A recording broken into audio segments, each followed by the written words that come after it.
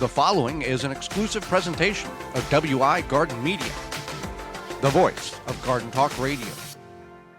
Well, farmers markets are all the rage, and now's the time. There's some farmers markets that goes year-round, but right now is the time in which farmers markets would be beginning to pop up around your area. Yeah, a lot of people now are even like doing farmers markets dates. What is that? It's like where you meet somebody and instead of meeting for... Like a Tinder Bumble thing? Yeah. Okay. Instead of meeting for like coffee or a drink, you're like, let's meet at this farmer's market. And then that way... Girl for farmer or whatever it is? No, like you meet there. And then that way you have something... In the hopes of falling in love, and is that Yeah. okay. All Yeah. right. That's... Continue. You know, that's how... That's where we're at in society now. Well... Yeah, things have changed and evolved, and that's fine. But also, people are moving away from dating apps. But that's a different conversation. Look at that carrot. Boy, will you marry me? That's how our first date went. Yeah. All right. It did not. But... All right. Somebody will be like... Yeah. They'll be like, what? Okay. So anyway, farmers markets are fun. I think they're fun. And I think that everybody should at least try to go to one. Well, how does one know if a farmer's market is even in their vicinity, their neighborhood, their city? So you can find out a couple ways. If you're in any of those like buy, sell, trade groups on Facebook, you can ask. You know, those are usually community based.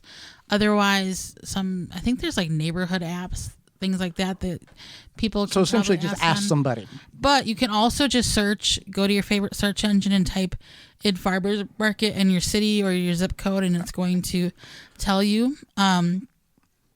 Sometimes you can find out from your Tinder date, maybe perhaps if they tell you that they want to go to the farmers market. But yeah, those are some good ways. You can also call your city hall. Okay. Because a lot of times they are, they have to have permission to use some sort of city. So call area. your municipality head office. Town hall, whatever you want to call it. And now once we figured all that out, first of all, farmers markets are not just beets, potatoes, cabbage, and lettuce. There's a lot of different things a farmer's market has besides just vegetables. Right. So they have everything from vegetables, obviously. Sometimes they have other things like honey, eggs, flour, cheese, meat. And then they'll have like, what do you call it? Like Whole Foods, where it's like I said, the ingredients foods sometimes they have. And then some of them even have hot food or food trucks or desserts, cupcakes, things like that. It's an experience. It is. That's why it makes a good date. Okay. Yeah. So, and then some of them even have live music. Right. So there's that option too. And it's not always on Saturday morning. No. It's not always on Saturday morning. So there's also like Sunday morning farmers markets. Or Sunday farmers markets. But then like the one near us here at our studio home, near the studio is, I think it's like on Tuesday. Tuesday evening or something like that. Yeah. 2 to 6 or something like that. So they're all around. And there's ways in which if you want to partake and be part of the farmers market, you can get a hold of your city municipality and figure out the rules and regulations in regards to that. But when you go to a farmers market, what are some things in which one should be sure to pack along? Yeah, so you probably want to bring cash, even though we're moving to a cashless society. A lot of these vendors want cash because there's service fees with your credit card or your debit card. There's a certain amount of percentile in which they lose. So by you giving them $20, they don't lose 3% of that, and off the top, because all of these people are looking and trying to save every penny they can, because that's what keeps them alive and surviving. If you've never been part or been engaged in a farming operation, every little move you make is calculated to know how much you're going to save in order to see what you have profitable at the end of the year. Absolutely. So you want to bring cash. You also want to consider bringing your own bags if possible, because if they put it in a bag for you, that's another fee or expense, that they have to endure. So you can bring your own bag if possible, and then I've seen people bring like wagons. Yeah.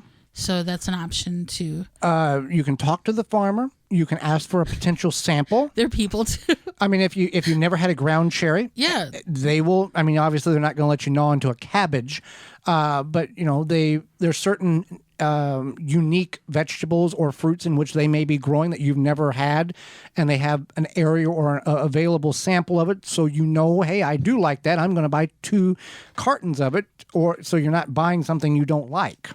Absolutely. And I think the first time I had a ground cherry was at a farmer's market. I remember the vendor, they were like, you want to try this? And I'm like, what is it? And they're like, it's a ground cherry. And I'm like, okay. I didn't know what to expect. And then I was like, these are delicious. So yeah, that's where I tried ground cherries for the first time. And then also, as you interact, I took pictures of some of the vegetables and flowers, and this farmer was like, can you print those out and send those or give them to me? So I did that, which was an experience because I don't usually print out a lot of my pictures. What's that mean? But I was glad to do it, so I just dropped them off the next week. Yeah, or whatever. I tell our niece and nephew after we take a picture of them with the phone, hey, when we were growing up, you and your mom, we had to wait 2 weeks to find out if we've had our eyes open or closed. Yeah.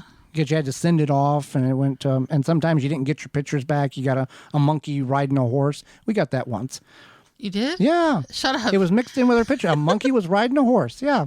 That's like a gift. Yeah. It was, All right. 1992. Yeah. I got a picture of somebody's dogs on a digital printout. Yeah. So you can talk to the farmer, you can ask for samples, you can interact with them, you can ask. Farmers markets are a great place in order to buy in bulk, in quantity. If you're going to can tomatoes, or if you want a lot of sweet corn, you can get. I bought 24 years of sweet corn for $8 one time, so a whole box. I said it was, I forget what they named it. It wasn't sweet corn, it was cooking corn or something. I said, what's the difference? And it was canning corn. Canning corn.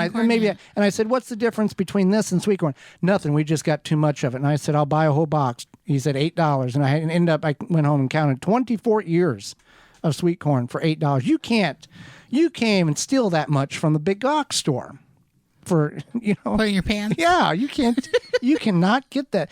But that is a great place in order to buy in quantity. Whatever you're trying to. Maybe we should clarify that you're not stealing corn. Not stealing corn, from but the big box store. But that's a heck of a deal. Now this was like 4 years ago, but there's still that availability at farmers markets that you can buy in quantity, you can buy in bulk. And if you want something, like if you've bought flour before, spelt flour, was that what it is? And you asked, hey, I would like this. And they say, we don't have it here, but come back next week and we will bring sorghum. Yeah. And we will bring extra for you. And that's how you can also do it as well, that you can put an order in and do it that way.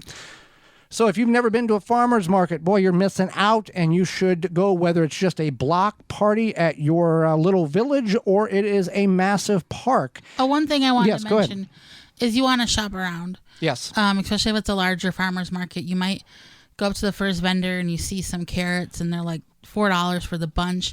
But then you might move along and maybe you see like another farmer and there's like a better price perhaps. You can shop around a lot of times. It won't be crazy difference, but there's subtle differences. Right. So when you do that, you're going to have a good time. Walton's also can provide you a good time, Holly, with their discount and the quality and the quality of their products. Absolutely. So we are brought to you today by Walton's. We know you care about where your food comes from, canning, preserving your fruits and vegetables, but at Walton's you can get all the equipment, seasoning, and supplies to make sausage, jerky, and any other meat product your way to your high standards. I just made chili recently, and I used some of the Walton's seasoning, but they can also help you process the meat. You want to make some snack sticks or beef jerky. They have this website called meatgistics.com, an informational site to help you go from animal to edible. They have meat grinders, mixers, sausage stuffers, again, seasonings. You can get anything you need there for everything but the meat. And that's waltonsinc.com, and the educational site is meatgistics.com. So if you go to waltonsinc.com, you can use code GROW50 to save 10% off orders of $50 or more. For more information, please visit thewisconsinvegetablegardener.com.